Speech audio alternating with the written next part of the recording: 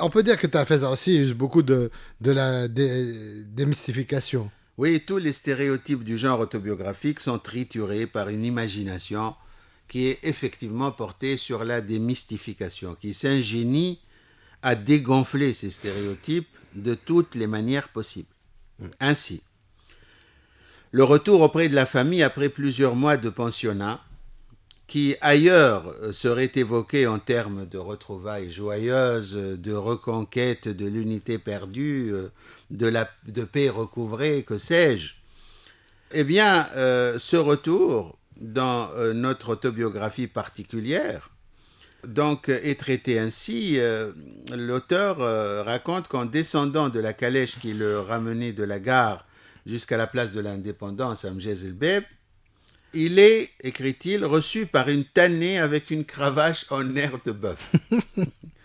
Chez lui, aucune idéalisation de l'enfance, en fait. Voilà. C'est vrai qu'il n'y a pas d'idéalisation de l'enfance, comme dans les autres autobiographies. Hein. Absolument. Moi, j'aurais fait de même. Hein. Pourtant, cette idéalisation, cette enfance n'est pas une enfance très malheureuse. C'est une enfance donc qui a ses côtés agréables, mais il y a chez lui un parti pris de refus de l'idéalisation. Par exemple, le cri du nouveau-né qu'il fut est présenté comme un cri de désespoir. Le premier cri, donc. Ouais, à la naissance. Il pleure, explique-t-il, durant 40 jours d'affilée. Donc, on prétend chez nous que le bébé cesse de s'agiter et de se réveiller la nuit au bout de 40 jours. Hein. Bien sûr, il y a cette référence-là. Mais il explique que donc il a pleuré, comme si vraiment il s'en souvenait. Hein. Donc, il a pleuré parce qu'il a été effrayé par le you-you poussé par l'accoucheuse. Parce que l'accoucheuse a vu quelque chose qui lui a fait comprendre que c'était un enfant mâle. Hein. Et donc, elle s'est mise à pousser un you-you. Et ce you-you qui, dans d'autres ouvrages, ferait partie d'une description valorisante et exotique, est perçu comme, je cite, un cri guttural et barbare, un ululement sinistre d'Indiens Cherokee sur le sentier de la guerre. Encore plus drôle est la description de la réaction de son père devant ces sanglots incessants. Un père qu'il qualifie de stagiaire, un père stagiaire, puisqu'il était son aîné. Donc un père qui n'a donc pas la maîtrise du père titulaire, si je puis dire.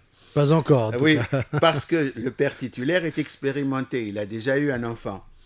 Donc le père, à bout de nerfs, lui explique-t-il, lui, à cause de ses pleurs incessants, à bout de nerfs, il lui inflige, écrit-il, sa première correction à l'âge d'une semaine.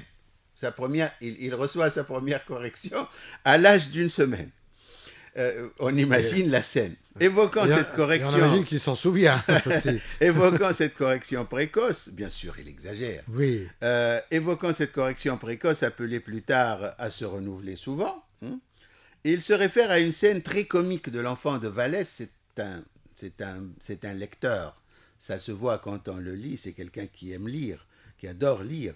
Il évoque donc une scène très comique de l'enfant de Vallès, où Vallès raconte, c'est aussi une autobiographie, où Vallès raconte que sa mère le battant toujours à la même heure, les voisins en profitaient pour mettre leur montre à l'heure, expliquant qu'en ce qui le concerne, donc Feza explique que ça ne marche pas pour lui, parce que en ce qui le concerne, les raclés pouvaient intervenir à tout moment du jour et de la nuit. Ça ferait beaucoup de décalage là pour remettre les montres à l'heure.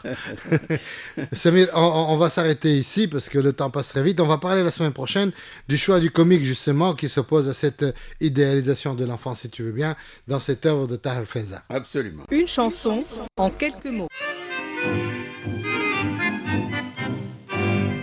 Ne me dis plus tu, je sais tout, sais-tu, j'ai tout vu et j'ai tout entendu. C'est une obsession, pourquoi ta passion n'a pu fuir l'infâme tentation. Je sais que l'amour est aveugle, mais moi j'y vois trop clair, vois-tu. Ne me dis je sais tout, sais-tu, je t'en supplie, ne me dis plus tu. Rappelle-toi pourtant les beaux soirs d'antan, tu faisais du cheval sur le chauffage central, moi sur le sofa, je criais à dada, mais c'est bien fini tout ça. Ne me dis plus tu, je sais tout, sais-tu, j'ai tout vu, j'ai tout entendu. C'est une obsession, pourquoi ta passion n'a pu fuir l'infâme tentation? Je sais que l'amour est aveugle, mais moi j'y vois trop clair, vois-tu. Ne me dis plus tu, je sais tout, sais-tu, je t'en supplie, ne me dis plus tu.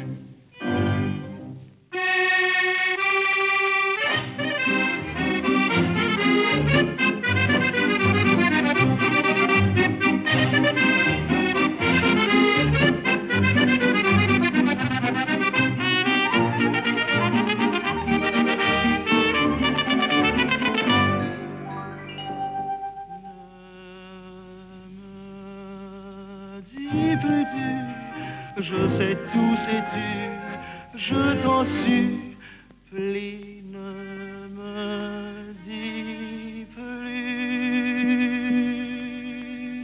tu. Voilà, Fernandel, comédien, chanteur, plus comique que ça, en mourait à l'époque, on peut dire. Ne me dis plus tu, c'est une chanson donc de Mansé pour les paroles et de Dumas pour la musique, interprétée par Fernandel, qui n'était pas, comme tu viens de le rappeler, qui n'était pas qu'acteur, mais chantait aussi, essentiellement des chansons comiques.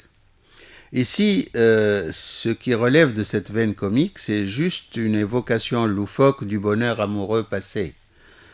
Sinon, la chanson qui dit la découverte de la trahison de l'être aimé et la décision de rompre la relation amoureuse est plutôt triste.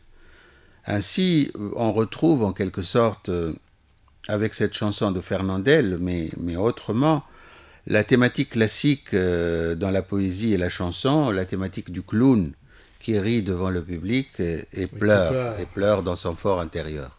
Voilà, donc c'était Fernandel, ne me dis plus tu. Dans le panier du glaneur. Dans le panier du glaneur, Samir, ce soir.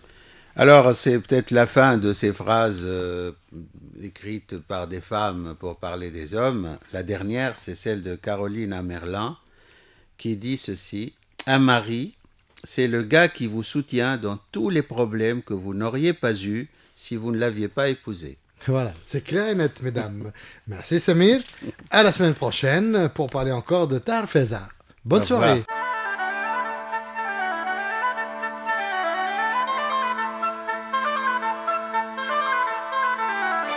Intermède littéraire. Une émission de Samir Marzouki, présentée avec la collaboration de Adel.